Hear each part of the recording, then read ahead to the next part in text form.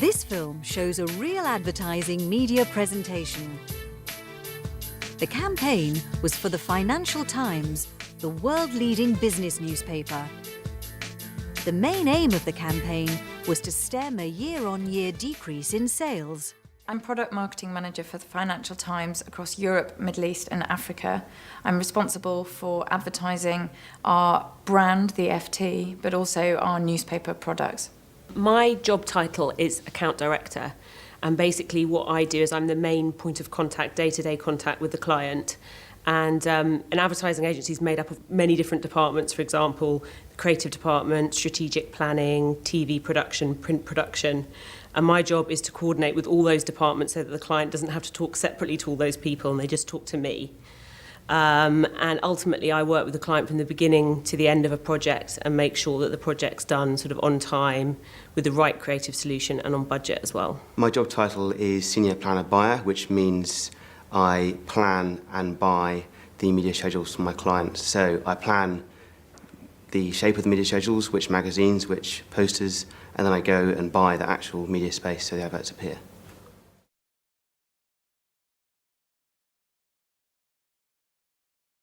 There are many reasons why companies might like to advertise. Some of the most common are to change perceptions of a product, to launch a new product, to build an awareness amongst a target audience, or indeed just to retain market share, so by reinforcing perceptions.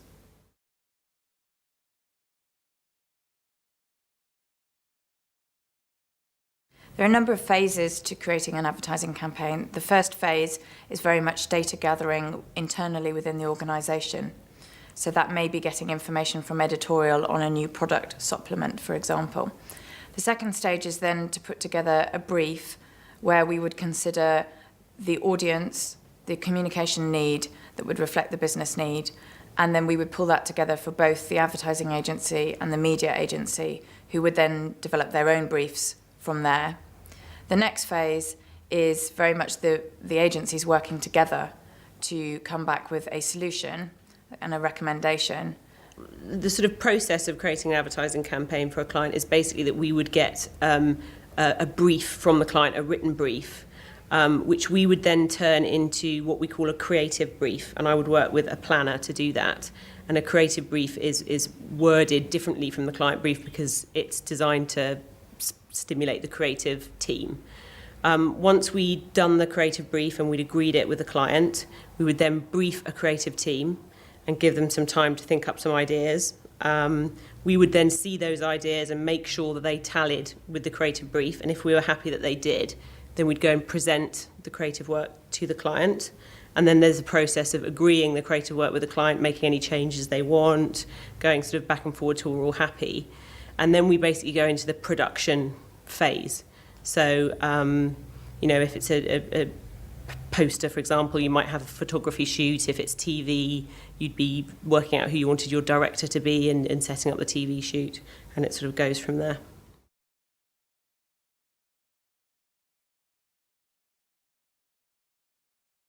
A typical rule of thumb is that clients tend to like to spend around 10% of their media budget on production, because obviously you don't want to spend millions of pounds on production if your media budget is tiny. But it can really range from, the thousands on a press ad up to the millions if you're doing a really big TV ad which might have celebrities in it or special effects and things like that. So it can really vary depending on what you're trying to do.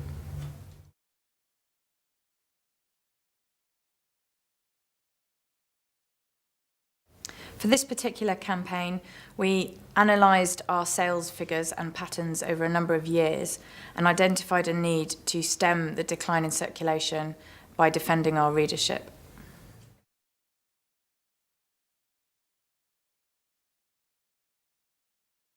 Joe, Lucy, thanks for coming today.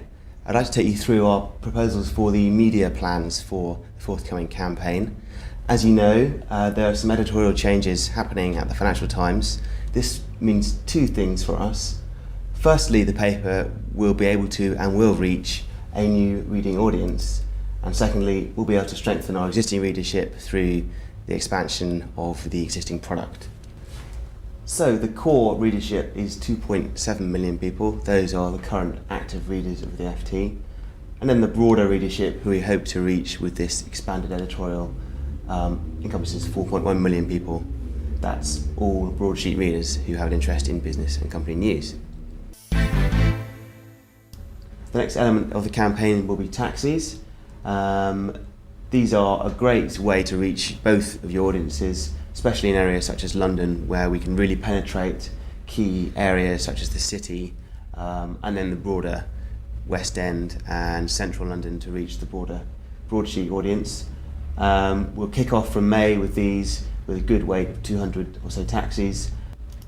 This is the second part of the taxi campaign. We're using the adverts on the backs of the seats in taxis to really explain what's happened to the product, to explain how the changes are relevant to these people. So that's a summary of how we'd like to approach the campaign on outdoor, on posters and taxis. I'll now go on to look at how we would approach the campaign in magazines.